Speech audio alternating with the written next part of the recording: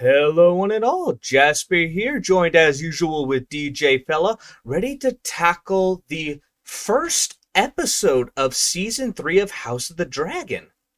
I get it. I mean, I thought I was really clever. Definitely didn't steal that from all the people on Reddit. Yeah, for sure. You But, use Reddit? every once in a while. With that, though, so obviously this is the third episode, but I think we can both agree this is the actual start of the third season because the previous two episodes were very much the finale that was intended for the second season. I honestly think that these might have been like halfway done filming when they had like the rug pulled out of them for like recording for that season. And so they just haphazardly like slapped them onto this one because it really does feel that jarring. This wasn't really, those two episodes were not really intended at all to be like the start to this whole spiel. So I feel like this is the actual beginning to it.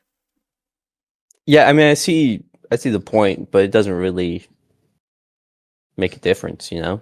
No, I agree. We still had to kind of judge it differently, though there is a part of me, and maybe I'm giving them a bit too much credit, but now that this feels like the actual start of the new season, maybe we'll start seeing some improvements, as well as me personally, I actually found this episode to be decent.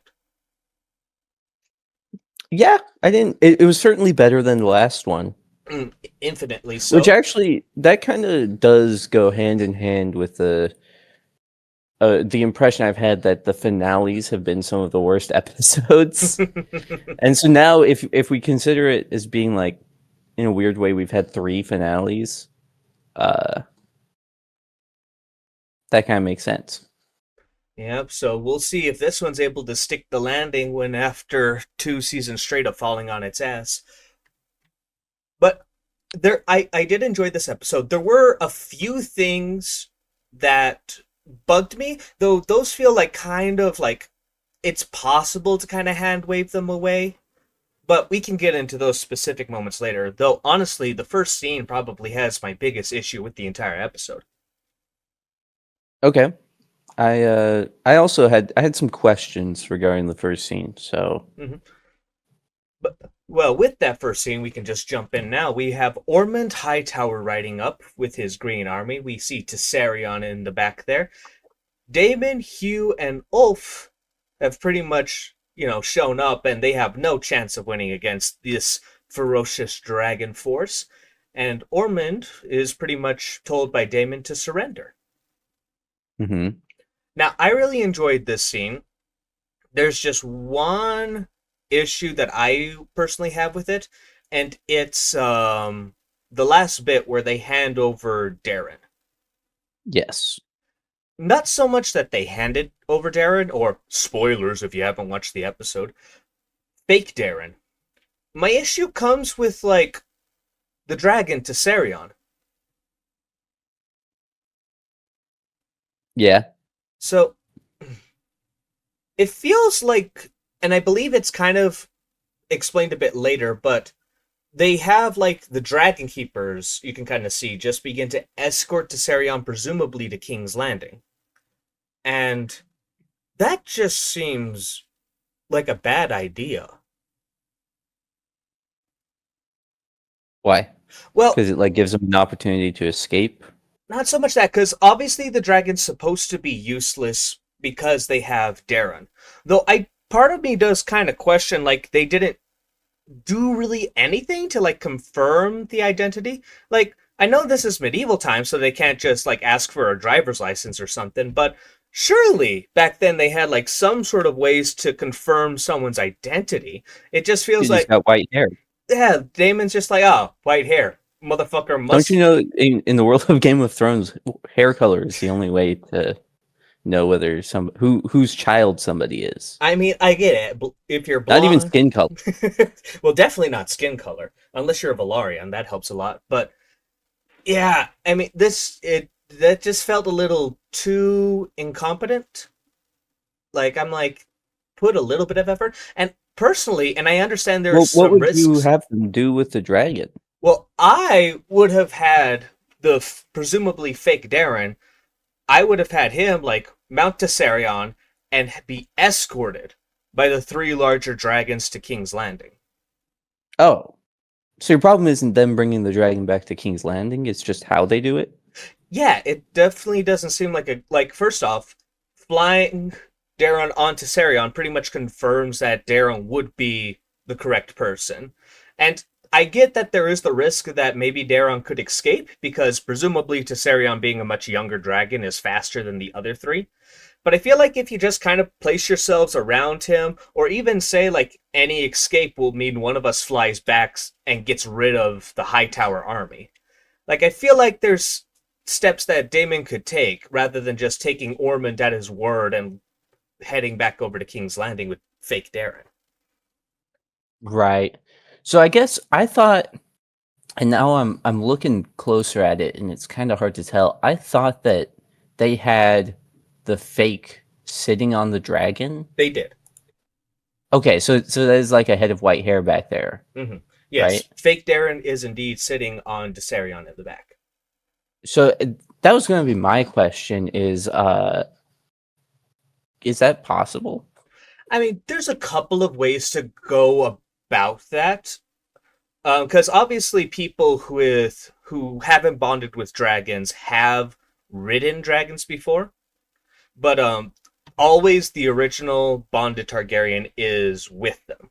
So, That's what I would have assumed. yeah, and this is like something else that bugs me. I feel like this scene and this moment is the reason we have not seen Darren Targaryen at all this entire show. And it frustrates me. Like, Right, because they still could have played it for dramatic irony. well, yeah, like I'm thinking, imagine if you will, you have Darren, the real Darren. We know what he looks like, yada, yada, yada. And they concoct this plan. And so the Darren disguises himself as a high tower soldier and kind of stands by Tessarion to kind of keep the dragon under control while fake Darren's on it. But then Daemon wants proof. And so he has fake Darren try to fly the dragon. And we see real Darren like immediately like kind of coaching him as he's assisting him onto the dragon. Like, all right, you need to say this word for flying, you need to say this word for Dracarys, go, don't fly too long, and then we see them take off. And it's a more kind of tense moment, like, oh shit, Darren might not fool Damon, fake Darren might not fool Damon, and then the jig is up. So I think that could have been a what made this scene much more honestly nail biting and interesting. Because I think the reveal is just kind of meh. Yeah, well, and you still would have had the reveal in that case. Mm-hmm. Yeah, I agree. Although I am still skeptical of the idea of having a non-dragon rider ride the dragon. Mm-hmm. I mean, there's a couple of kind of things. Like my justification would be that like Darren is nearby, and Darren kind of whispers the command to Sarion to go up and fly, and we see fake Darren like very much struggle. Like I'm not saying it's a long flight, but just like a up in the air, couple loops around, three times of course, because the rule of three, and then comes back down and lands. That's kind of my thought, rather than like doing anything super fancy. Right. But yeah, I see your point. I still think, I don't know. The whole thing seems a little bit contrived, and like it goes a kind of against the way the dragons have been presented. Mm-hmm. And I mean that even with like the current way the scene is handled, with him just sitting on the dragon in the background, like I feel like a dragon would not like that. I mean, dragons have done more with less. Like, I mean, granted, this boy was a Targaryen, but there is a moment, there is a tragic moment in the books, early on. Like, I think it was one of Aegon the First kids who climbed up onto his mother's dragon to go and fly it, but he wasn't bonded with the mom's dragon. He didn't have his own dragon at all yet. Or Hmm. either that or his dragon wasn't big enough to carry him or whatever, but he really wanted to fly. And so he actually got on the dragon, gave the command, and they were able to go up and fly.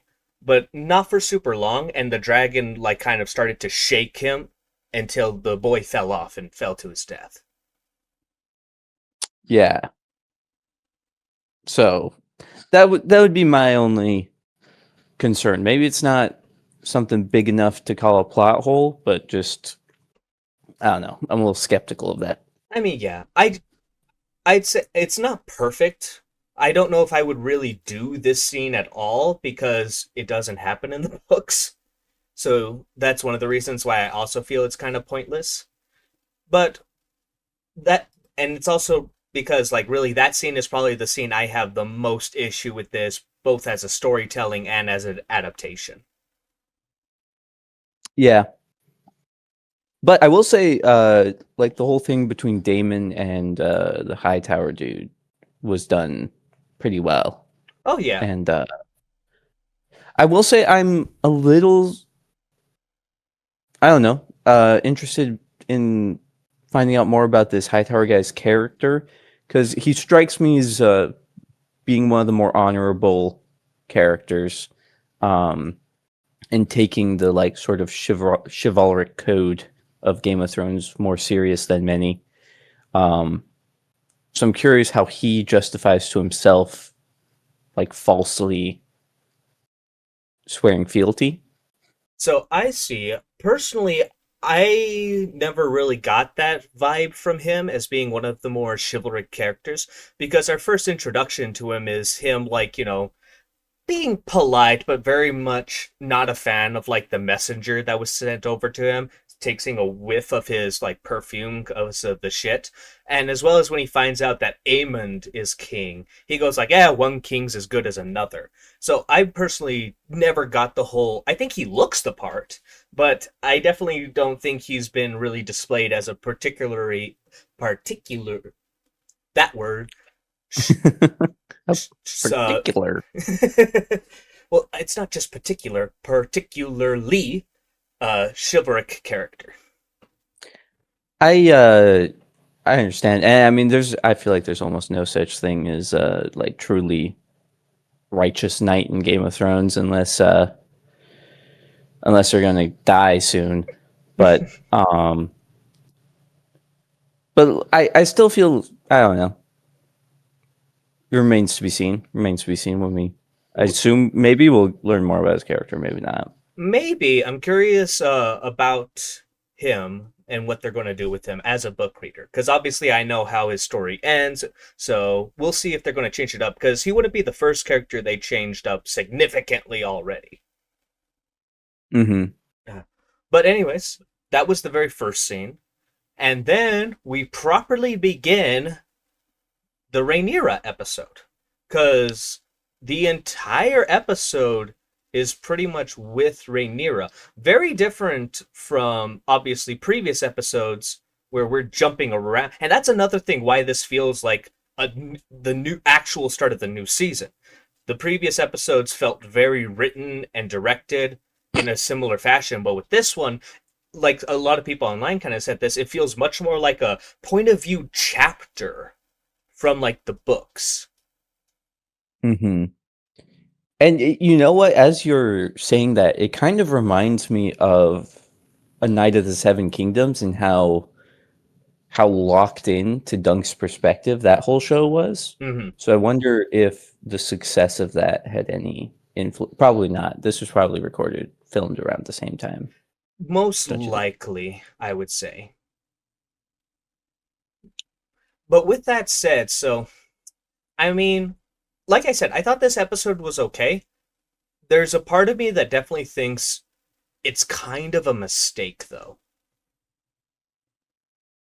Like what I mean by that is when I like think back to the original Game of Thrones, obviously the original books point of view characters, so we don't ever get to really spend a whole lot of time with some of the side characters. Now, with the original Game of Thrones show, that meant they had a lot of freedom to kind of do what they want with those characters. And because of that, we had some really great original scenes. I mean, people still quote about, Peter Baelish talking about chaos being a ladder, Robert Baratheon having his little drunk heart to heart with Cersei. Like, there were a lot of fantastic show only moments. And I think just with the formatting of a show like this, it's often better to not limit yourself with only one character's point of view when you can have multiple characters. That way, one character doesn't get too stale. You're able to hop over to the next one to really keep the story going and develop other characters. Because, Rhaenyra's already had the most screen time in both the previous seasons. This is obviously going to take that up even higher. Like alone, this episode's going to increase like all her minute time by like 50 minutes. Yeah. Yeah, because I was kind of thinking that one of your criticisms of the past seasons was that they spent too much time with Rhaenyra, Daemon, and Alicent. And so having an episode dedicated exclusively to Rhaenyra certainly doesn't help with that issue. And I agree there's certainly a lot of lost opportunity in doing an episode like this, especially with how short this season is going to be in reality, Mm-hmm. with the first two episodes being spent on wrapping up events from season two. Um, so I could definitely see it coming back to bite them, but I don't think having a locked in episode that's not just constantly like ADHD distraction jumping around is a horrible idea in principle. No, It'll depend on how the rest of things go around it, I think. yeah, and I agree with that. In fact, I've talked a lot about just how much screen time Rhaenyra, Daemon, and Alicent got in just the previous two seasons. And it's not so much that we spend too much time with them, it's a lot of it that feels like the time spent with them is fucking wasted. Like, you Hmm. can cut Damon scenes in half and have the same story and character. You can get rid of 3/4 of Alicent's, and I would like her more, probably hate her less. And Rhaenyra as well. Like, a lot of the scenes that they're given just don't have anything. And one thing I can say is I never felt like we were really wasting time with Rhaenyra in this episode, which is great. I will say, I think that remains to be seen. There's a lot of setting up relationships and potential problems or solutions in this episode that if those things never amount to anything in the future, then I think we will absolutely look at them as completely wasted time in this episode. That is true. Though I think no, no, let me take that back. I need to stop giving these writers like any credit whatsoever. They keep disappointing me. I have to be stern with them. Yeah. But Yeah, I do not have faith that they're going to, the Chekhov's gun school of writing and are trying to make sure that everything they put into the show is going to be a useful piece of information at some point in the future. but with that kind of laid out before us, back to the show at hand.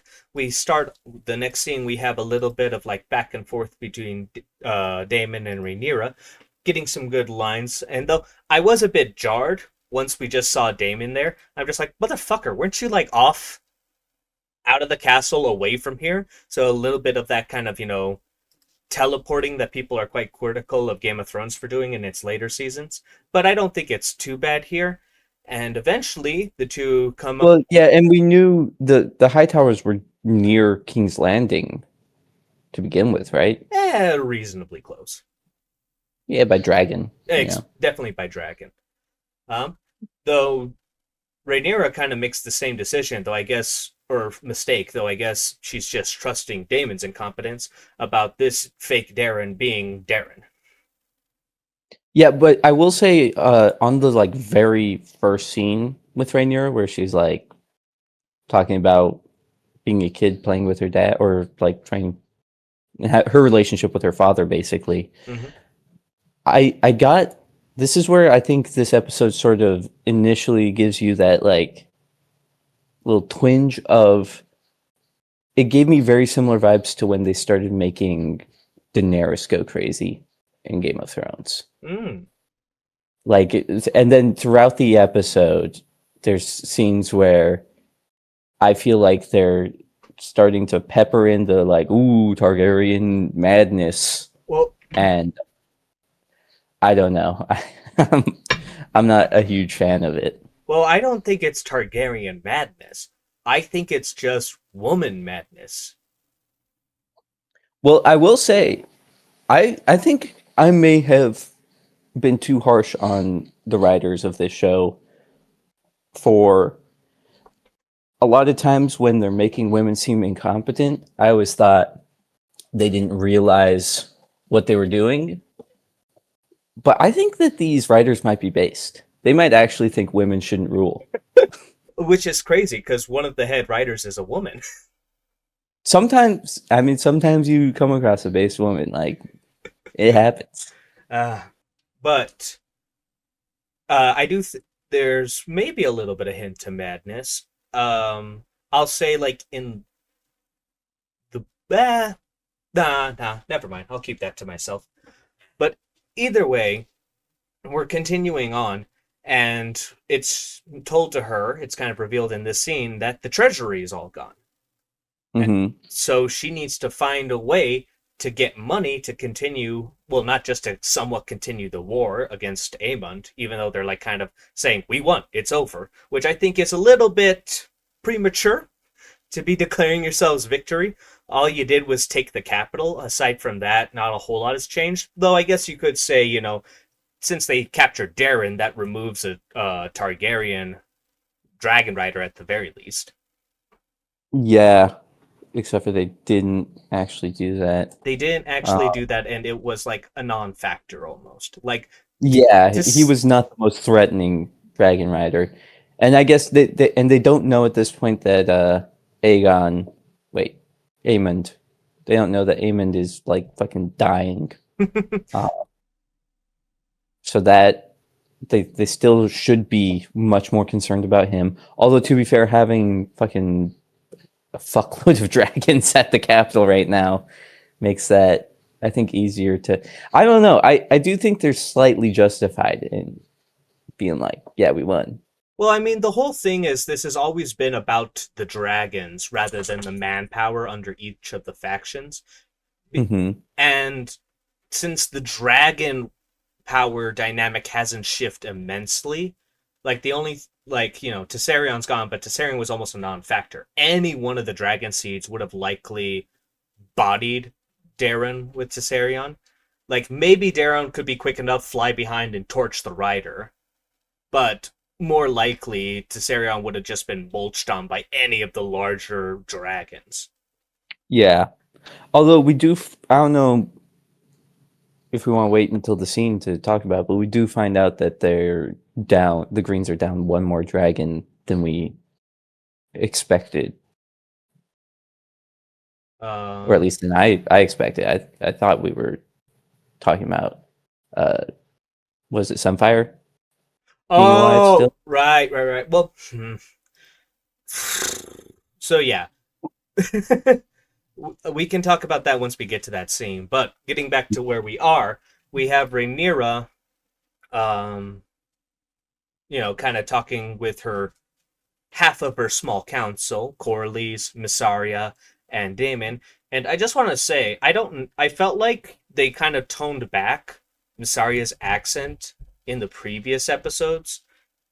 In this episode, it's in full force, and I want to strangle the bitch. Yeah, they go hard on the accent this episode. Like, oh god, I mean, I don't know the actress. I haven't seen a single thing she's been in previously, so I can't really say if this is bad acting or bad direction. But fuck me, whoever thought that was a good idea needs to lose their job. Yeah, I mean, I don't know. Game of Thrones has some funky languages. Where is she from? She's from Free Cities or something. I mean, she's supposed to be from the Free Cities, but because she's supposed to look Valerian. She's supposed to have like the purple eyes and the white hair. And so I think her culture is. Oh yeah, I forgot that was like a whole thing because it was she was supposed to be playing on the fact that Damon's like super into incest. Mhm. Something. Man, Yeah. yeah, that's crazy actually how much miscasting her like that has damaged like the way her character's perceived. Because like Damon's whole relationship with her, I feel like just feels weird. But if she looked Valerian, then I think I don't know, it would make more sense. But yeah, but since the actress they got is Asian, I guess we can assume that she's from Yeetie. Sure. That's where all the Asians belong in Game of Thrones. Yeah, E.T. But Is regard, her accent supposed to be Asian? I hope not. Not enough Ching Chang Chongs, you know.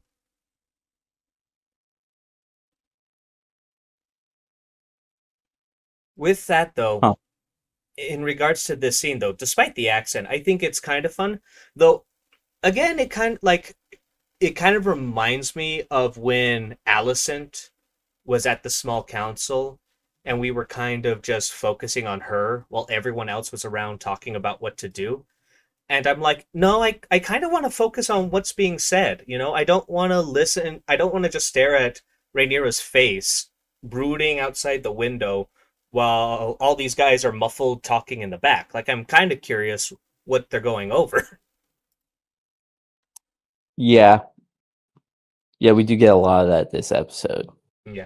Oh, and I actually kind of forgot. Rhaenyra kind of points this out, but there's also still Sheep Stealer, who they're pretty much very convinced at this point is like a green dragon. Mm-hmm. So like all the more reason, like good, she's like preparing herself for it, but like again, guys are celebrating a bit too quickly. Like at the very least, once Aemond is dead, you can start celebrating. Yeah, and I guess to be fair, it is mostly Damon that's like taking victory laps, I mean, whereas I feel like Rhaenyra is still more frantic about things. mhm. But we do also see she's kind of like already being a bit overwhelmed with taking over, as when she's walking with her traitorous gold cloak. She's just getting pestered by all these like little things, like, "Hey, what about the royal purse? Da, da, da, da, begging your pardon, madam, but the chambers." And like, there's a like, I get what they're trying to do, but there's a part of me that's just like, would these like really be brought to the fucking queen? Yeah, I had the exact same thought. Like, who are these people to just walk up to the queen and start making demands? That's insane. Mm-hmm. Yeah, so like, I think there's like other things that might have been like more important to pester the queen with a bit rather than talking about the bedchamber and the like. I guess the one guy was talking about the royal purse, so presumably that would be like, you know, their payments, their wages. Yeah, you don't think that the guy talking about candles is essential information? What if some of the hallways get a little dim? Oh no, whatever will they do? But anyways, she gets over to Alicent and Helena and demands where the gold is. And you know, it's incredible how poor for my health Alicent is. Because whenever I see her on screen, my blood pressure begins to rise. Dude, you don't love that she does the surprise Pikachu meme whenever she gets asked about the Uh, gold? God, because she's completely useless. She's just a fucking victim at the whims of the men in her life who make these decisions. Just, God damn it. Yep. And what the? And I get Helena's like retarded or some shit, but who the fuck goes up to a woman when she talks about, you know, did like killing Jasper Wild make you feel better about Jace? Who the fuck does it? Like, God, like she can't be that mentally stunted. Like at this point, she needs a caretaker. Yeah. I mean, I guess it's I guess Allison's her caretaker. Which I thought that was also funny when she comes up and asks the most like socially retarded question possible. Allison just looks at Rhaenyra. Uh, give me a chuckle. Oh, I God. don't think it was supposed to be funny, but I thought it was. But anyway, she pretty much just says, like, I wish I'd killed Aegon like we had originally planned. Like, God, mm. So I'll say, like, as the show, with these characters and how they've been set up, regardless of my opinions on the characters as an adaptation and how shit they are, in the context of the show, I don't think it's that bad. This is still all very in character for Helena and Alicent. It's in character for Alicent to be a victim retard. It's in character for Helena to be a retard. So, like, this all, like, flows fine. Yeah, it does, and is perfectly in character for Alicent to think that like she's owed something When she has from Rhaenyra. exactly. And like they also bring up like you killed my father and Rainier like doesn't come back like no shit. As I said Yeah, what else? previously, what the fuck do you think she was going to do? She was already like you guys agreed that she had to kill your sons, all of them pretty much. Like it wasn't just Aegon, but I'm pretty sure it's pretty much implied that Aemond also has to die. And Darren, I mean they float this the wall a little bit later, but like Darren also has to die. I mean, Damon is saying you got to execute the little shit the entire episode. So it's just like Yeah, you knew what was to become of your father. You knew it could honestly have been much worse. Rhaenyra, and you know, I'm not. This isn't praise. I want to make that very clear. She's being incredibly merciful with what she's doing so far. yeah, yeah. Too merciful, but certainly nothing for Alicent to be surprised at. God, if I do hope I don't like request a lot of changes. No, I'm keeping that to myself. Gotta calm down. Gotta calm down. But yeah, pretty much any scene that has Alicent, I still despise. Her character is just so utterly shit. Yeah, when she says, "So my position is that I must hope for the capture and death of my son," I'm like, since when do you care? That's what you That was agreed on the previously. original. You already sold him down the river. Yes, that's. I guess at this point, you're the kind of shitty mother that has to hope for the capture and death of your son. You That's the already position you you put already yourself into. bartered with it. Exactly. Just oh god, I hate this fucking cunt. I kind of wish they would just kill her. I honestly do. Just kill her. No, she's for sure gonna be with us to the end. Like I know in theory how long she should be, but some characters have already been like their deaths have been finagled a little bit here and there. I think just kill her off. There's nothing more you can do with her. Just nothing. She's a useless character. But I think they're saving her because inevitably she's going to fuck Rhaenyra. Literally. I think literally. I would not be surprised if we're like watching an episode and then suddenly at the very least we get that creepy, weird Rhaenyra Missaria kiss, except with Alicent. Dude, dude, I can't stress how done I am with how horny every show that comes out these days is. Mm-hmm. I'm so sick of the horny TV. I know that we're talking about a hypothetical thing, but just the fact that I find it completely believable. Honestly, if they did like a three-way between all three of the women, I wouldn't be like overly surprised. I'd be like, well, yeah. Yeah, and it's not even going to be good because even though we can see quite a bit of nudity, they can't go like all the way with the fucking sex. At this point, it's just more interesting to watch porn parodies than this shit. I don't know that I'd say that, but continuing on, we get more another Mad Queen scene where she thinks a random servant is Jace. Of course, she's been having a little bit of the Westerosi drugs. I can't like I was going to say milk of the poppy, that but that's ibuprofen or Tylenol, pretty much. But yeah, she just sees like Morphine. morphine. There we go. But we see Jace just walking down the hallways. And I guess this just kind of confirms that Jace was really the only kid she loved because she didn't do this when Lucerys died. Yeah. Um, I mean, I don't know that I'd go that far, but it's certainly, I don't know. To me, a lot of this stuff like that, this episode feels very much like they're setting up her losing her damn mind. Mm-hmm. No.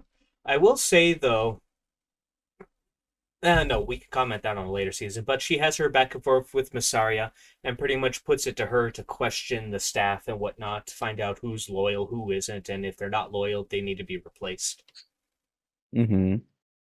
Which, fine, it makes sense to give that to your mistress of whispers. Right. That was a reasonable delegation of labor. Mm-hmm.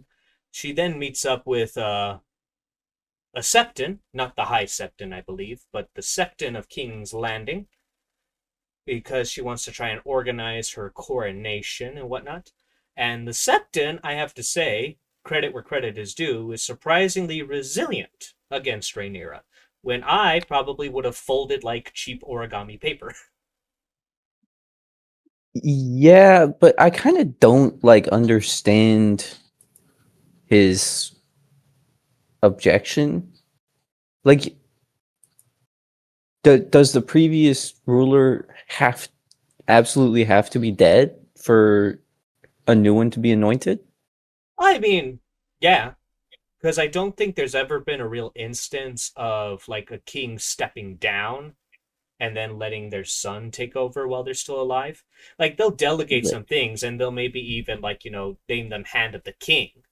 Or but they're not but I there's never a moment where they like put their crown onto them and retire. The closest we get is like there's one instance of a lord in the north joining the Night's Watch and passing the reins on to his son. But once you go to the Night's Watch, that's almost like a death penalty in a way, you know? So in this That's instance, him needing like proof of Aegon's actual demise, or at least, it's kind of like how long you'll have to be missing before you're legally declared dead. so you're telling me in the history of Westeros, Aegon's the only motherfucker to abdicate the throne?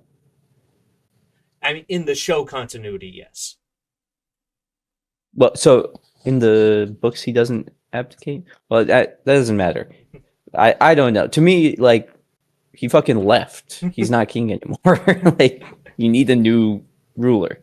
No, it's not quite that simple. Aegon, in the eyes of the law and whatnot, would still be the rightful king. Well, but everybody seemed to just accept it when they started calling Aemond king. Yeah, I mean, but who's going to tell Aemon no? And at the very Well, least, who's gonna tell Rhaenyra no?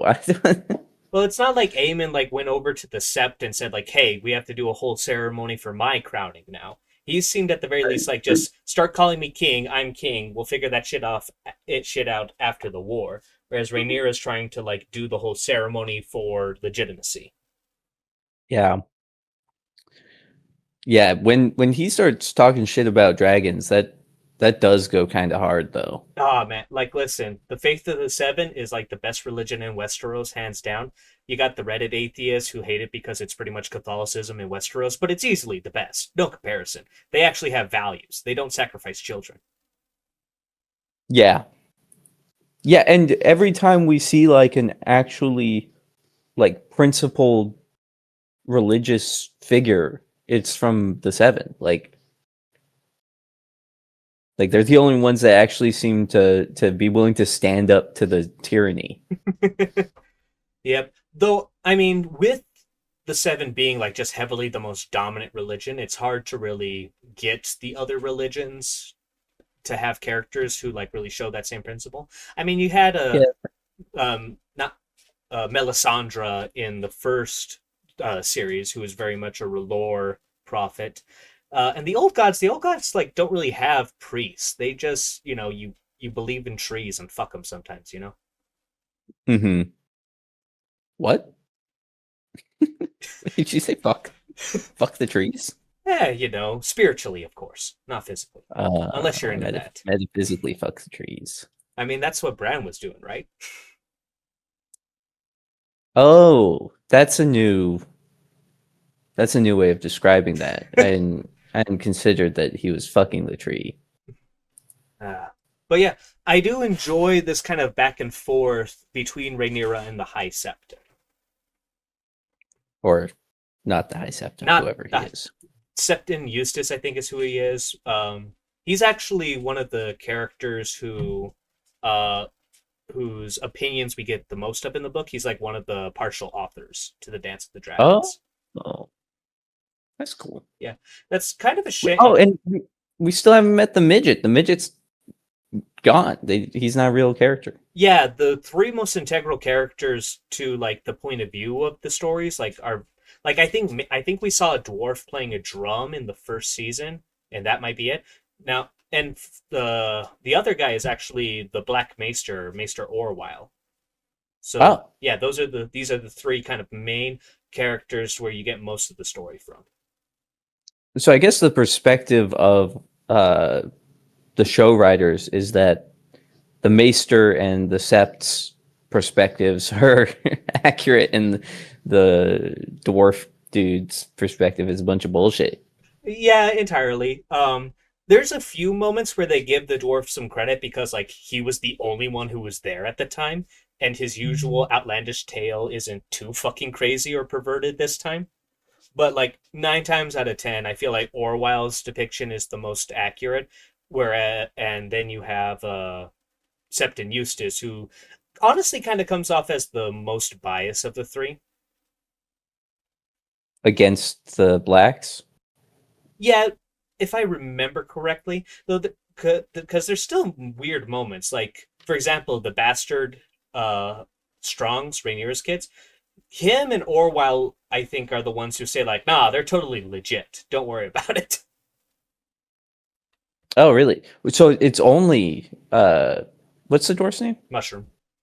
It's only Mushroom that calls out the bastards. I think so. I'll have to double check because it's been a while since I went through that part. Like, I mean, legit 2 years ago since I read that part of Fire and Blood when going through the show. But I think both the Maester and the Septon say that they are not bastards, and I think Mushroom, at the very least, like doesn't say they're not. Okay. But not that that matters too much. All three of these characters, I mean, Orwell has been the most prominent of them, and we just now got introduced to Septon Eustace, and I don't think we're going to get Mushroom. Yeah. But anyways, good scene. And then we're hopping over to a little bit of a dinner with Corlys, his kids, and Rhaenyra. And they talk a little bit about legitimizing them so that way Corlys has an heir. Mm-hmm. And Which I didn't expect this to be a point of controversy. exactly. So in the books, it's not. She just does it. She's like, fine, Oh. here, snap of the fingers. They're legit now. There's like no controversy about it at all. But they make it a controversy in this episode. It's just like her reasoning is so weak and flaccid. Like, I get she makes a lot of mistakes in this episode, but they're kind of mistakes that seem like they make sense if you kind of like wrap your brain around it. Or, but like, this is one of the decisions just I do not get at all. Yeah. Yeah, I'm with you on that. She's basically just saying fuck you to Corlys for no reason. Yeah. And Corley's like, has given everything. Like, it's not like he's asking for a shit ton of gold or land or anything, just a signature. Like, that it costs the crown nothing. And this has been your most loyal and helpful supporter throughout this entire goddamn war, easily. Yeah, he's literally given everything His to wife, support. his castle, his wealth, a third of his fleet. Like, good God. Yeah.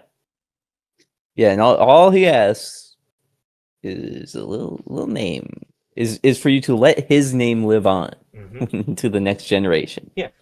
Just like, nah, it's there's not enough there. So this is one of the moments where I'm like, okay, this is quite pointless and useless.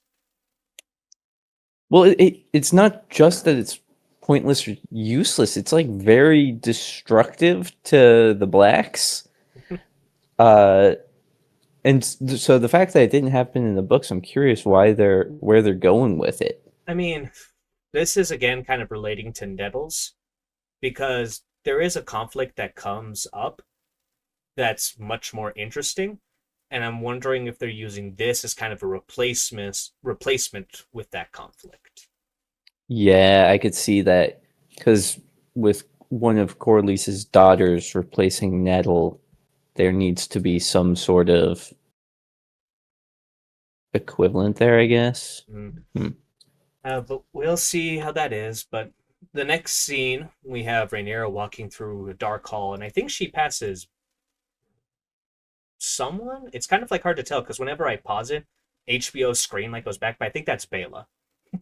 Yeah, I'm pretty sure. Isn't Bela the only daughter of Corlys that would be here right now? Yeah, because well, granddaughter, and Rhaena wouldn't be here at all either. Right. Granddaughter. Huh. But I mean, this is this where, yeah, she pretty much just snuggles up with her murderous husband. Which this is kind of a heartwarming scene. Like, yeah, cuddling. Even Damon likes to Well, cuddle.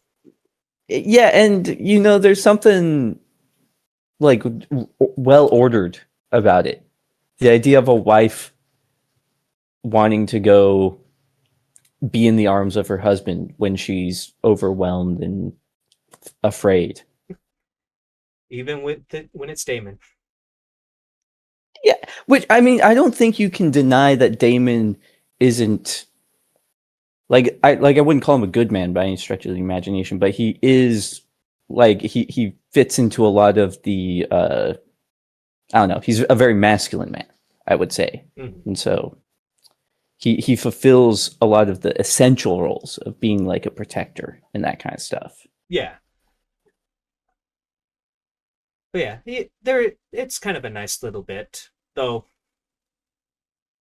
Eh, I mean, considering it's the entire episode is focused on Rhaenyra, a bit of a slow moment isn't exactly too bad. Right. But then now here, I'm still torn on this. I don't like it too much, but we see Rhaenyra getting ready to start taking. Uh, I guess there's probably a proper word, but like having an audience with the people of King's Landing as queen and start, making changes and orders to hear them out. Mm-hmm. But she's getting ready for it. And, a couple little things like here, like, like no fancy jewelry, but maybe a sword. Nah, the sword might be too intimidating for them to see that, so not the sword. But then we're very ham-fistedly told, oh, she's on her period. Yeah. Which for some reason it just sounded so weird when she said fuck. Like, yeah, I heard some people kind of say the same thing, and my first initial watch, I didn't think much of it, but like on repeat watches, it does feel different. I think it's partly because I don't think we really hear Rhaenyra swear much, or if at all, so far. So this kind of really like comes out of nowhere, where she like comes over, looks at the chain, and just goes "fuck." Yeah, there's just something that sounded like modern about it. like for in that one moment, I don't know, she just like stepped out of Game of Thrones and into LA. I'd like to think like she walked over, looked down, and the reality of kind of the shit writing so far hit her, and she just went "fuck." I'm still in this. Fuck, I'm still in this show. One more season. One more Um season after this. yeah, and then we get to see one of the many reasons that men are better than women. Yeah, like first off, I mean, I guess maybe I should call my sisters or my mom about this, but does a period like work like that? Are you just like fine and then like it turns on like a fucking light switch and you're like, ah shit, here comes the blood. Yeah, I'm pretty sure that happens sometimes. Yeah. So like here's the thing though, I'm quite curious about this. I don't know if this is what they're intending because it's not really revealed or talked about. But in the books, when Rhaenyra takes over King's Landing, she goes and sits on the Iron Throne and starts like, very quickly like making declarations on the throne for a long Hmm. time. And when she gets up, people notice that her palms and like her legs are bleeding. And so everyone Or said, palms. yeah. So everyone says like, "Oh, the Iron Throne spurned her. She's not a loyal. She's not a uh, what's the word? Worthy of being queen." Uh-huh. I, I'm Oh, I'm okay. thinking that the period is supposed to be like, "Oh no, the throne never cut her. It was her period," which I honestly wouldn't be against if the books didn't specifically mention that her palms were bleeding. Right. Because unless she's like on her period, scratching herself like I do when I'm relaxing on the couch, her palms shouldn't be bleeding. Yeah. Yeah. If imagine if that's how they portrayed it. She's like in her pajamas, like modern pajamas, and is just like one hand in her pants while she Is giving out answers all of orders. the peasants. Yeah. But I think also they're like, I'm guessing the whole period, and again, obviously I have no idea what it's like to be on a period or whatnot, but I'm guessing it's supposed to kind of add to just like her uncomfortable, being uncomfortable while ruling. Like, Right. I'm assuming, like, I've heard stories that being on your period isn't great, so I I don't think they're trying to say, but the issue that comes off is like I don't think they're trying to say this, but it kind of comes off as like oh, it's probably not a good idea for a woman to be queen because what if she's on her period? Am I right, guys? Well, yeah, that's exactly whether intentional or not. That's what they portrayed is like she's currently in an extremely important point in establishing her rule, and it's very high stress, and there's a lot going on, and she needs to be there 100%. But because she's distracted by period cramps, she isn't. And so she's not making the best decisions that she could make as a result. That's just what they depict. Which, I mean, fair enough. But with the scene itself, as far as her listening to the small folk, couple of little things, sheep, all that. She decides to let them hunt in the Kingswood. Um, so I'm guessing the Kingswood, of course, is where the royalty is supposed to be hunting. No one else can hunt there. Which, I mean, Uh-huh. fair enough. I think that's like a smart decision to kind of placate the small folk without too much. Though Corley says, like, oh, your forebears wouldn't have liked that. And she kind of like backs down a little bit, like, not deer or boars, but maybe rabbits. Which, I don't know. I think you got to kind of stick with your guns with a bit more on that one. Yeah, I guess I don't know enough about like Targaryen culture around the Kingswood. I don't really get why Targaryens would give a shit about the Kingswood. I mean, Um, I'm thinking this is more so kind of like taking in historical examples because I do believe that kings would have like their own forested area where they and only they could hunt. And presumably this was to make sure that, they always had game available to hunt. right. I'm tracking. I understand all that, but like we're not talking about permanent access to the Kingswood or anything like that. We're just trying to get people fed for a little bit. Um, so again, I like if there is some deeper symbolic purpose in having the Kingswood, like if there's a religious belief or something there, I could get it. But if it's just I like to have my own spot where I can hunt, I feel like that's a really hard reason to be like, we can't let the peasants hunt there. Well, you could also Not even say for a little bit. I mean, you could also say it's like one of those things you give them an inch, they take a mile. You give them the permission to hunt there with impunity for a period of time, and then once you take that away, oh, suddenly they're not too happy about that. Yeah, yeah, but then you say, well, you gonna fight my dragon about it? You can fight my dragon if you want, but you can't hung the Kingswood.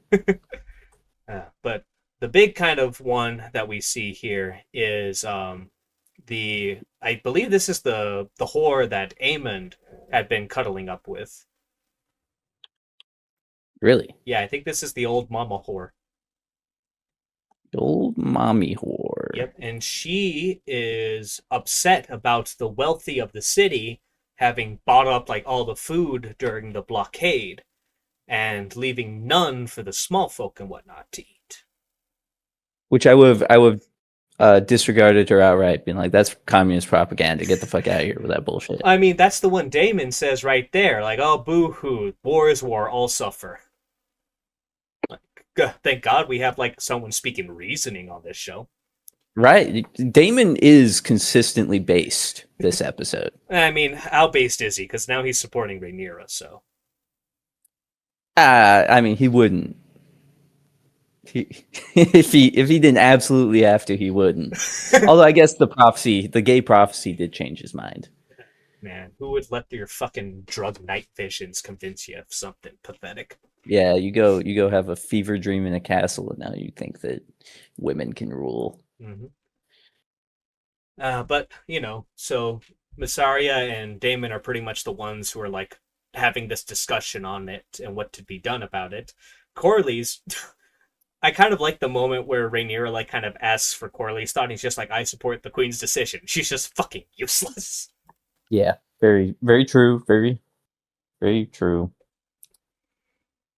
But pretty much like we said, this is mainly the back and forth between Massaria and Damon going over what the people are asking for. Oh, but it is also the scene where it's told to us that Sunfire is dead. Oh yeah, which is a twist. I mean, it's a twist I don't believe. You don't believe it? You think they're wrong? I think they're wrong, which They makes Bela look incredibly stupid. they talk about they talk about her seeing the dead body. Decaying and everything. I don't think it's dead. I That would be crazy. Because, like, That would be the craziest. What possible thing could she have seen that looks like a dead dragon? so the body of Melees is probably still there. But I don't think she can reasonably confuse that for Sunfire. No, they looked completely different. Yeah, so I think this is just a lazy like attempt to pull the rug out from under us later. Like, oh yeah, totally dead. Aegon, I think, is like going to walk over. Sunfire is going to look dead, and Aegon's going to be sad. He's going to cripple walk all the way over, place his hand on the dragon, and then the dragon's going to stir and show, I'm still alive, bitch. So you think that they're gonna make it like Sunfire was just laying there in the field this whole time? Yep. You know what? I think that that's completely plausible. Mm-hmm. And if that's what they do, I don't know, man. I don't know how much I have left in me if that's what they do. Like, yeah, there's definitely tons of ways they could have double checked that to make sure that Sunfire is dead, but yeah, no, I do not think Sunfire is dead. But like, can a dragon just lay in a field without moving for weeks, months, maybe? I mean, like, animals tend to do better with, like, not needing to eat compared to humans, right? Yeah, I could even get behind it not needing to eat that whole time, but to literally just lie there unmoving. I mean, if it's crippled enough from the fight, I mean, it might not have a choice. Yes. Well, here's hoping that that's not what they're doing. But overall, just like that's kind of another thing I don't care for. Like, I don't buy it for a second. Yeah. And do Targaryens not have some sort of like burial process for dragons? I actually don't think so. Because really, only one dragon has like died of old age, and that's Balerion the Black Dread, and he's big. Like you've seen Vagar. You've seen how big Yeah, Vagar is. right, Balerion's bigger. right. I don't know how much bigger, but bigger. But like, no, I don't think there's anything really mentioned that I can recall about disposing the body of a dragon's. Because a part of me was like, all previous dragons died in combat, so there wasn't really a time to like do a proper burial or like send off for them. So I'd assume no. Ex- So you just leave them out there to rot. Okay, seems odd, but I'm but not Targaryen. yeah, but Rhaenyra starts to think what her father would do, and very accurately says, "Throw a banquet." Which, nah, yeah, I think Viserys would do that. Yeah, she does put a little spice in her banquet that I don't think Viserys would have, but But yeah, that can be discussed later. but then we get the little bit of a knighting ceremony for the dragon seats. And I found it like quite humorous when Ulf wanted to be labeled as a Targaryen. Yeah, and just immediately shot down. And so it's just like, like, oh shit, what do I do? Looks around like fucking white. Yeah. And Hugh, obviously much more, has his head on his shoulders than Ulf and comes up with the idea of Hammer. And they don't Mhm. even give like Adam a chance to pick it. She's just like, motherfucker, you're whole. Though, God, no, there was a part of me like, how fucking hilarious would it be if the show had her like declare Hugh the White, or no, Ulf the White, Hugh the Hammer, and then Adam the Black. Adam the Black, dude, that would have been sick. Uh, but yeah, they don't even ask him like, what would you like to be named? Though to be fair, maybe she didn't because she knew he would say Valarion. Right? Was he is he Adam the Whole in the books? It's an alias. Oh, I think it is kind of like more of like his kind of because he was kind of coming up in the world, so like he was like Adam of the whole, like to kind of shrug away the whole bastardy of his name. But he still is obviously named Valarion after. okay. But yeah, but it's not. I don't think Adam of the Whole was in any way like an official title. Well, now it is. So get used to it.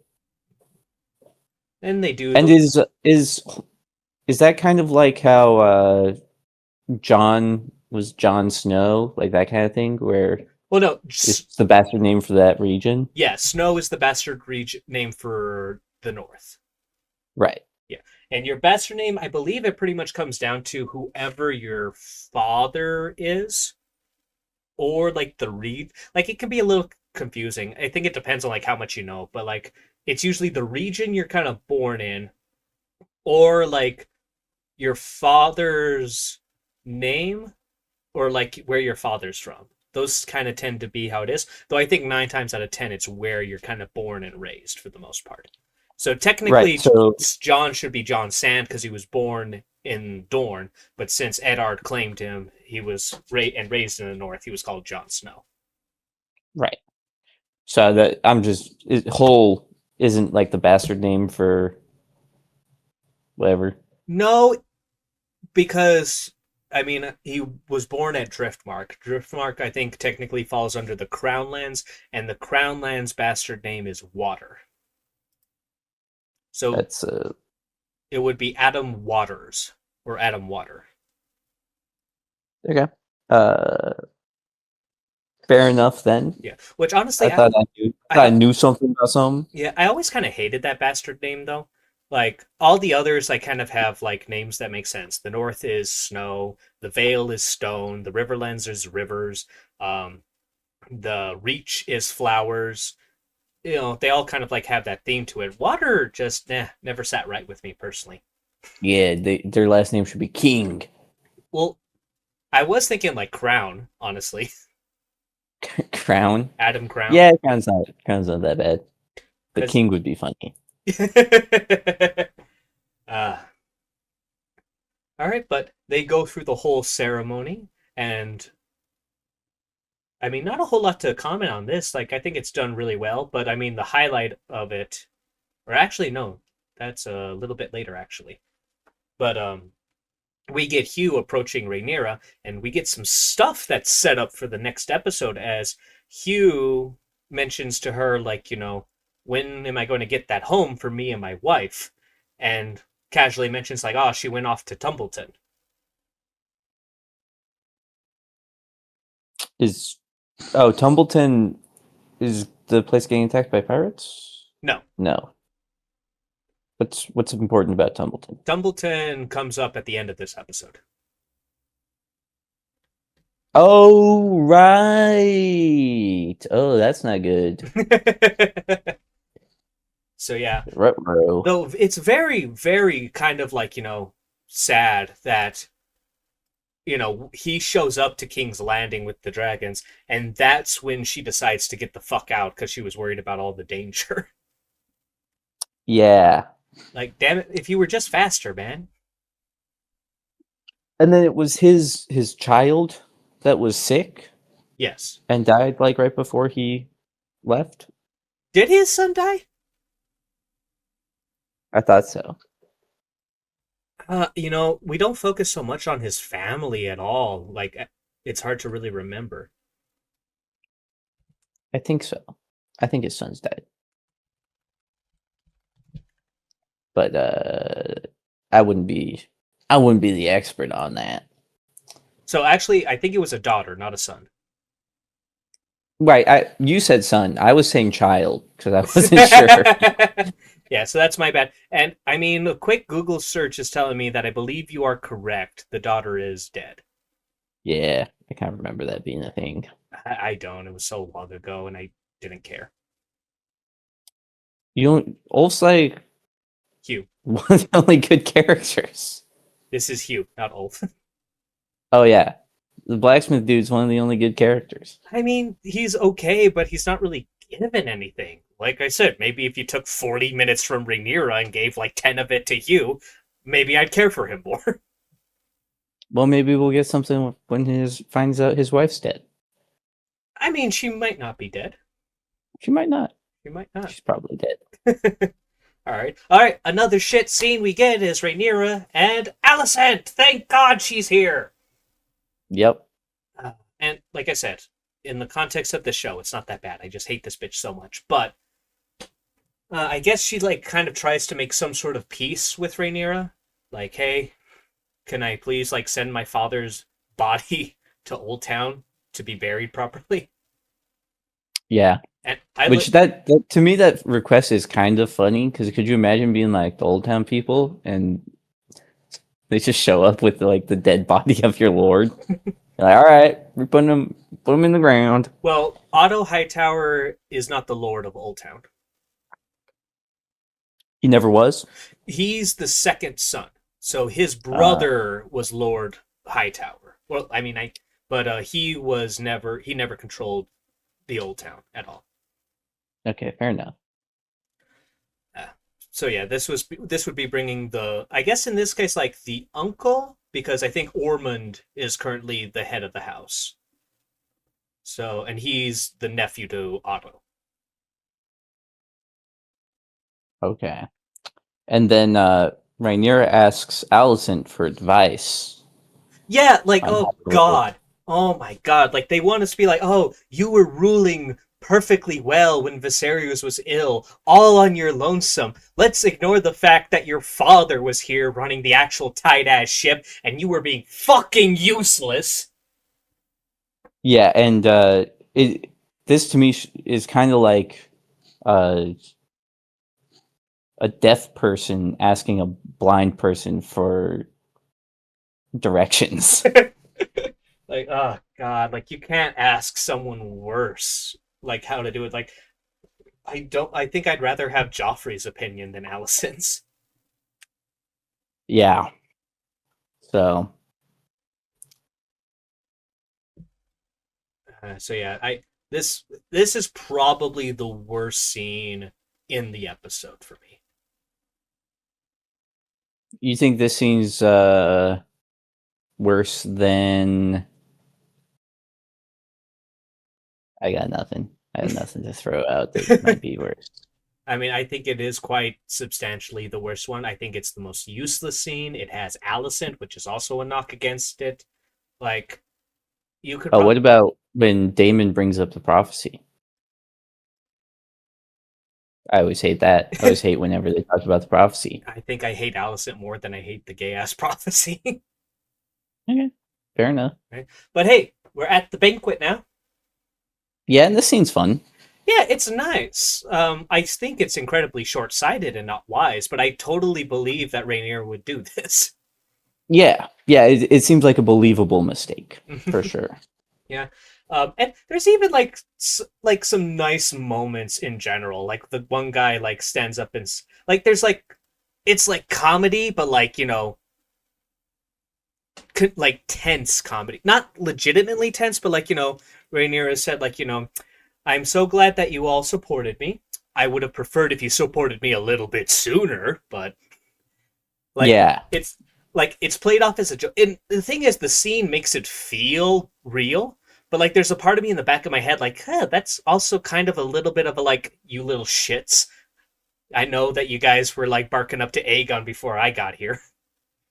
yeah. Which I thought initially, I was like, okay, she's not like completely letting them off the hook. But it turns out she's not letting them off any sort of hook at all. Like, I mean, honestly, I think she kind of half-asses this decision. What, you think she should kill them? Not kill them, but I think she needed to take a lot more than the food. I mean, what else do they have to take? Well, presumably all their wealth, like their gold, their silver, their valuables. Like, I mean, it's kind of like one of those things. Like, if you're going to like take all the food that they went and bought, you might as well go for broke and make them broke, so like they don't have as much influence and power against you, because they're not going to like this decision at all. So Yeah, they are going to be against you now. yeah, so you might as well like properly cripple them. Like if you're about to race someone, it's you don't just want to trip them. You want to like Hmm. bust their kneecap. Yeah, but commies never think things through like that, you know? Yeah, I mean she does. Like once they bring in the rat food, she does give a little speech that I think would have made Lennon proud of her. Yeah. Ah. But Yeah, not. what does it mean? What does it mean to have a duty to do what? To just give food to people for free? Is that what the duty that she's saying these guys have? Yeah.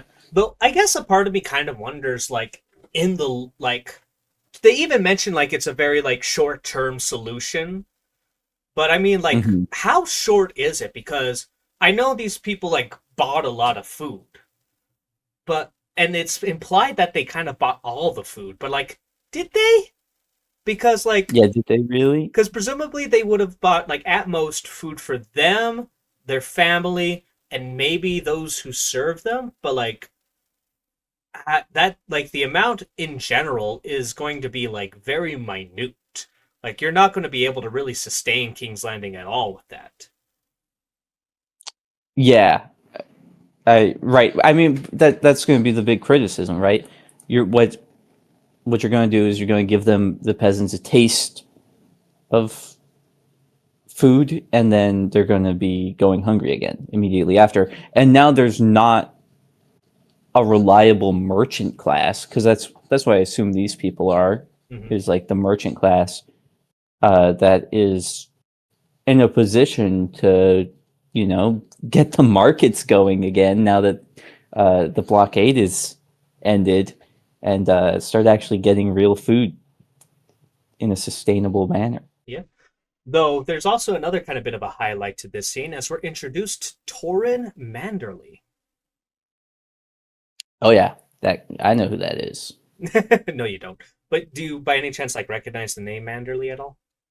Manderley. Nope. Yeah, you know what? You because you haven't read the books, and the show really and the original show just diminishes them entirely.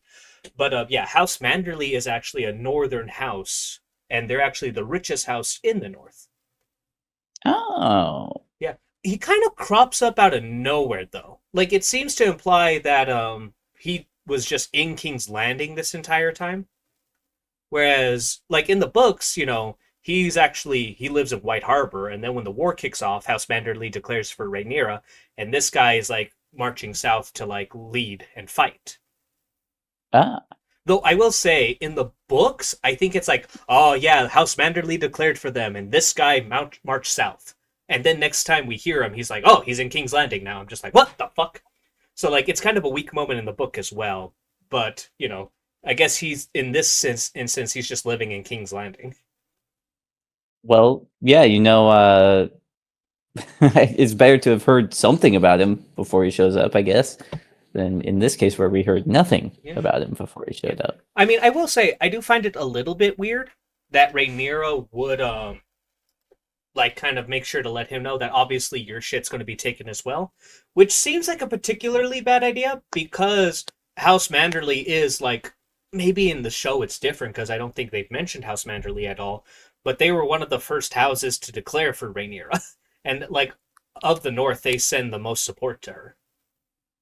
Yeah, if he for real, if in the show timeline he is from the north, he declared for the blacks and then marched his ass all the way to fucking King's Landing, then I'd be fucking livid.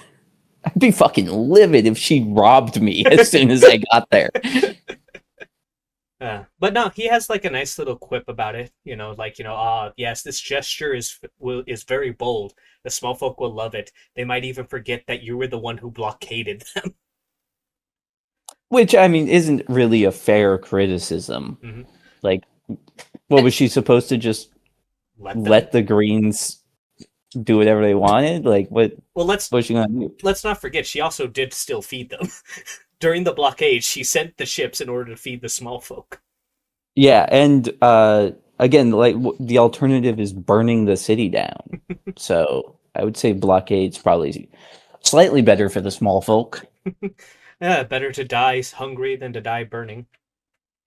I would say so, generally speaking. But yeah, but no, I do think, unlike other times, I feel like there is some setup from the writers that this is going to bite her in the ass later. Yeah, I agree. Yeah. Which I almost thought we were going to see it bite her in the ass this episode when she was doing the food lines, but No, I'm we can talk thinking about that when we get there. it's probably going to be one or two more episodes. Like I think it might be like quote unquote episode 3, but actually episode 5. Mm. But she has a little bit of back and forth with Damon, and like we've said before, Damon's kind of like, "Oh, we won, no worries. Let's start making plans to like invade Essos." Well, he said Dorne first. Yeah, start with Dorne, and then the Free Cities, all the way to Yi Ti. Which, to put in perspective, that's like half of the continent of Essos. Oh, it's only half the content. I just assumed he was saying we would take all of it. Well, like I mean, we technically don't quite know. Actually, it might be 3/4. Might be a bit more. Might be 4/5. But anyways, like it's an absurd amount of Essos. And I just want to remind you, this is the fucker who spent 10 years struggling to take a couple of islands with 2, possibly 3 dragons. Yeah, but now they have 6. Now they have 6. Ooh, whoa. If you're struggling that much with the fucking islands, I don't think you should be thinking about taking over Essos. Yeah, I mean, it is. He does sound pretty retarded here. Like, where he being like, "Hey, maybe let's get King's Landing sorted first." No shit. Like, yeah, like, oh god.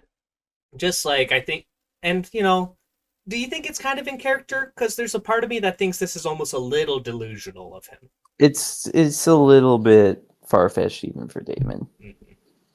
Yeah. But of course, the scene ends quite entertainingly where he walks off and he's just like, you still gotta kill Darren, by the way. Yeah. Like And just we'll forget. reminding the audience, like, hey, he exists still. Yeah, there's still another Dragon Rider child. Claim it to the throne, potentially. Yeah. But shit, I was going to say something, but I lost it. Oh yeah, this one I found kind of weird. Like I said, the last scene with Alicent was probably the one I hated the most. This one, like I don't hate obviously, but I'm like, the fuck's the point? She's looking over Darren, and she sees like a carved wooden bird, Yeah. and like the only thing I can think of is like, why does this scene exist? I don't quite get it. I feel like it's supposed to hint, like, oh, maybe that's not Darren, because obviously if it was, he would have carved a dragon, not a fucking bird. But like, I thought what they were establishing, which this is clearly not what they were doing, but I thought that they were showing he has a knife. And so then, like, in the next scene with him, I thought he was going to, like, try to assassinate her. Uh, but that's not what they were doing. So I'm with you. I have no clue what that scene was about at all. yeah. But now she's riding with Masaria, and she's just like already fucking tired after all this ruling for just presumably it's just been like a couple of days, maybe a week.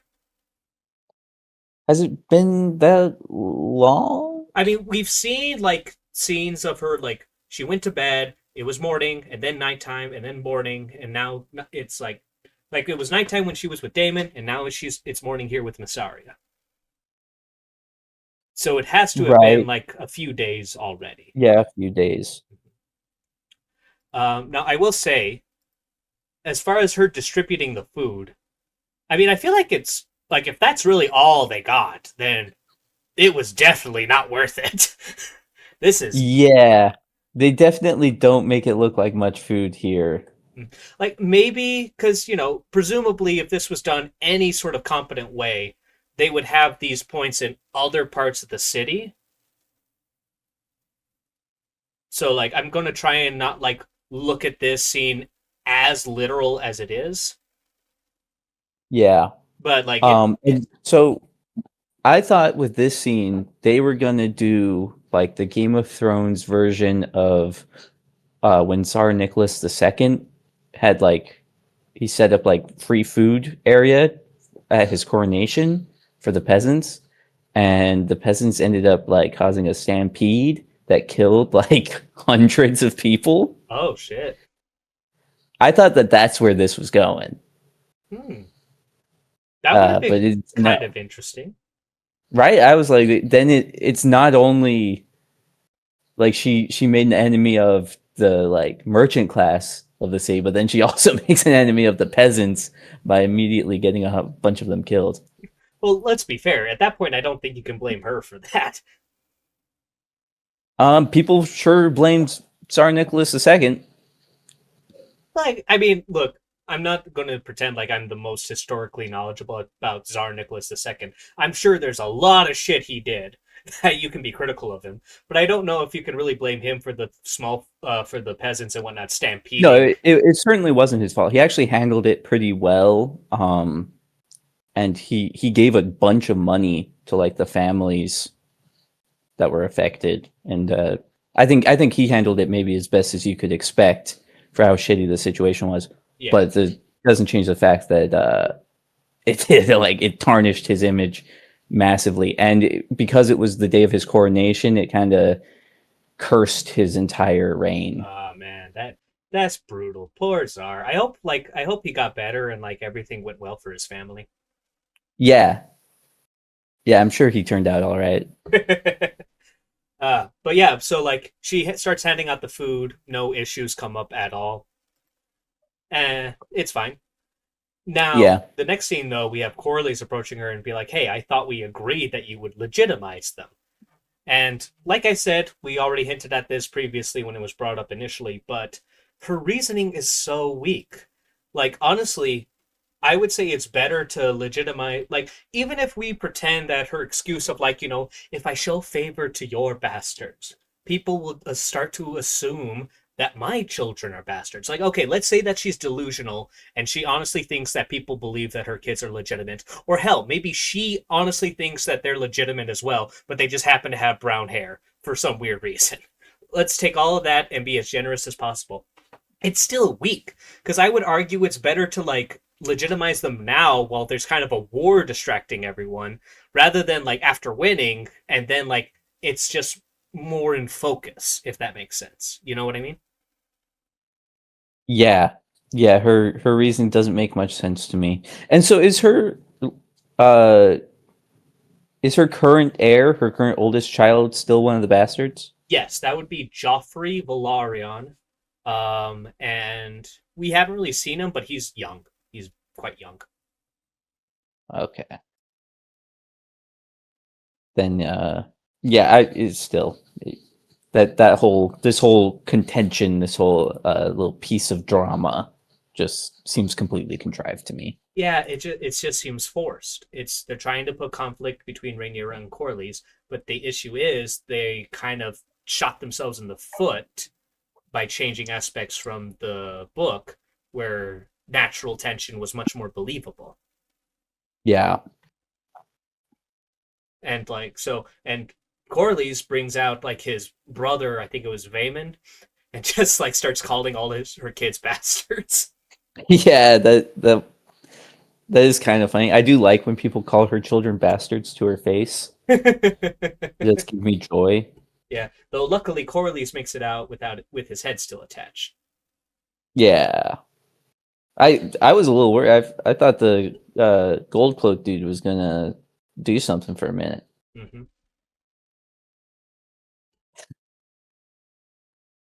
Uh, yeah. Yeah, I'm kind of just rewatching him calling all three of her sons bastards. Yeah. And so to me that's like, well, there's that destroyed their relationship. Mm-hmm.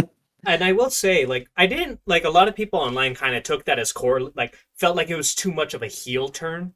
Like Corley's like just like address like calling them all out as bastards was a bit much and like insulting them. And I said like I don't think Corley's is really insulting them so much as saying like the truth and pointing out Rhaenyra's hypocrisy in this matter. Yeah. Because like I don't think he thinks less of them because he knew they were bastards and he was still willing to accept one of them as his heir and whatnot. I think he's just annoyed that of the hypocrisy and he's pointing it out. I don't think he's even really using the term bastard as an insult, but just that they are. You can say, it's true. Jace lived and died a bastard because he was a bastard. Yeah, but he's definitely Putting a bit of venom into it. putting quite a bit of venom into it. To me, that scene strikes me as like, well, your kids certainly aren't getting the name Valeria now. If they were gonna have to wait before, they sure as hell aren't getting it now. uh, but okay, hey, we're great back with Alicent. And now that I see this scene, I also have issues with it. It's amazing how Alicent brings this out as the worst scenes in this episode. Cut all of it. Get rid of it. Kill her. Anyways. So this implies though that okay, so actually we actually get a specific time. Darren has been within the walls for 2 days. Oh, so it's been 2 days Mm-hmm. of the episodes. Yeah. Which I mean, I was going to say like how believable is it that Alicent wouldn't have heard of this, or like there wasn't going to be like any sort of attempt. Because obviously, also like this Darren just being how silent he's been, maybe like the idea of like presenting Darren to Alicent to see if that gets him to talk at all might help. But I guess 2 days isn't that long or crazy to like assume they've been kept separate. Yeah, Quite convenient though that they decided to keep them separate because obviously if Rhaenyra did show her sooner, oh then the lie would have been revealed sooner. and yeah, they might have had time to do something about the end of the episode. Mm-hmm. Though, it also feels like quite convenient and contrived when later on, you know, Rhaenyra is takes Alicent to fake Darren, and oh, Darren's fake. And then at that moment, she like gets the news of what's happened in Tumbleton. Hmm. But I mean, I think that's just kind of something one has to do for like a proper flowing story. Like realistically, these kind of events would have taken place like days apart from one another. But for the sake of storytelling, you kind of have to make it kind of happen right after another. Um, I don't know that they could take place days apart. I guess the aspect of the dragons flying does harm that a lot. Right, because if they discover that the boy's a fake with too much time before the sacking of Tumbleton, like this reveals that what's his face definitely didn't mean it when he vowed loyalty. Uh, so it's like, what the fuck is he doing? He's clearly not just going home. Like, all right, guys, let's pack up, head out. So We yeah, then Damon could have just flown out and torched him, and yeah, though I also this also kind of brings up, presumably like, was there not some sort of eye kept on Ormond? Like a scout or something that might have like because like did Ormond they like disbanding they the just army? completely trusted him. They were like, ah, that's a trustworthy guy. Yeah, because like did Tormund like just like take his army, march for about a mile back, and like, okay, that's far enough. Let's head back, and we gotta go attack Tumbleton before they notice. How far from King's Landing is Tumbleton? So Tumbleton is reasonably close.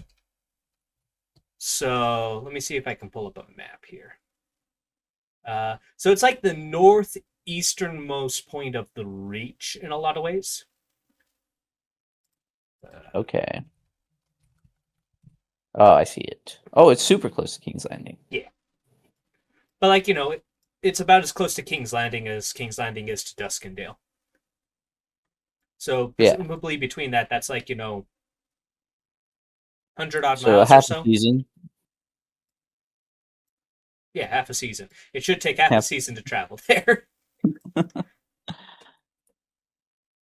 but we could speed that up to half an episode. Yeah, makes fine sense.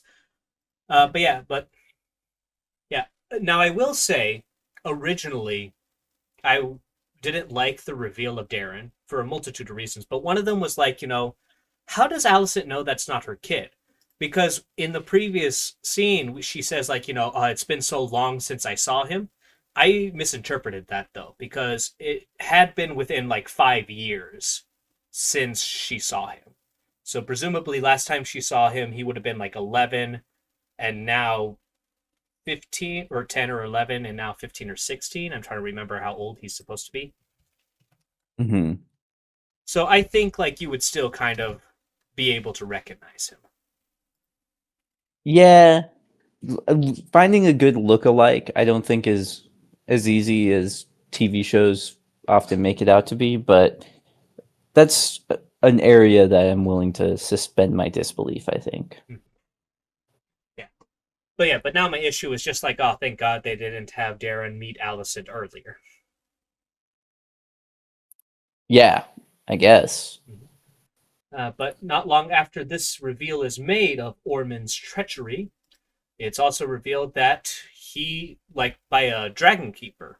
So this is the thing that kind of makes like I said, we talked about in the first episode, but this is kind of what confirms that instead of like having Darren ride on to Sarion and take it to King's Landing, they had the Dragon Keepers escorting to Sarion, presumably like in some sort of cage or carriage, to King's Landing. And I believe, like I'm guessing, Ormond and his forces fell on them, took back to Sarion, and then kind of like went and attacked Tumbleton. Yeah, that makes sense. Mm-hmm. And I'm kind of reading the subtitles a bit. They have infiltrated. So it sounds like it was kind of almost a surprise attack. They kind of went in, infiltrated the streets, and took it over without too much fighting. Yeah, but then I guess my question is like, what's the game plan? Like, what you do now you're in Tumbleton? Well, I You're just mean, a rebel in Tumbleton. we're at the end of the episode, so we can give our final thoughts. I mean, it's going to be quite similar to what I said at the beginning, but I found this episode okay. I was not as offended as I usually am. I still hate anything that has to do with Alicent, but everything else I think was serviceable and even in some cases done well. Yeah, it's definitely I would say like having discussed it, I like the episode less, but for just casual consumption, none of the like plot holes or contrivances were so bad that they really stood out to me. Yeah, and I think that's just kind of inevitable in a way. It's very rare I find that, repeat watches make me appreciate or enjoy something more. Repeat watches, you just become more aware of like the little issues and problems that the episode has. But in comparison to its predecessors, this is what I think should be the this should be like if you're below this episode, then you fucked up. Yeah, like this should be the bare minimum. This should be the competence. Like this is it. If you And dip below this, I have to push back on the idea that most things get worse when you rewatch them. I think that just shows how fucking bad everything that's been coming out lately is. I mean, I think even like really good things, I don't they know. There's quite a few things that like every time I watch them, I'm like, God damn, this shit's good. like you could still think it's good, but I don't think if it ever quite reaches the same height. Like I don't. How often does something like improve after watching it over and over? I think that's like a real level of writing that very, very, very few people are actually able to get. Yeah, I mean it's definitely not the easiest thing to do, but like it can be done. It can be done, though whether we're going to be seeing it anytime soon, I do not know. Certainly don't expect to see it with Game of Thrones. Yeah.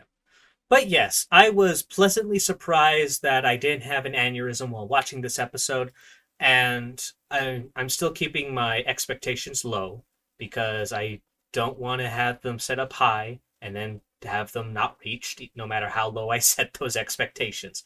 I don't want a repeat of season one where I was expecting shit and was given like something slightly above that and praising it.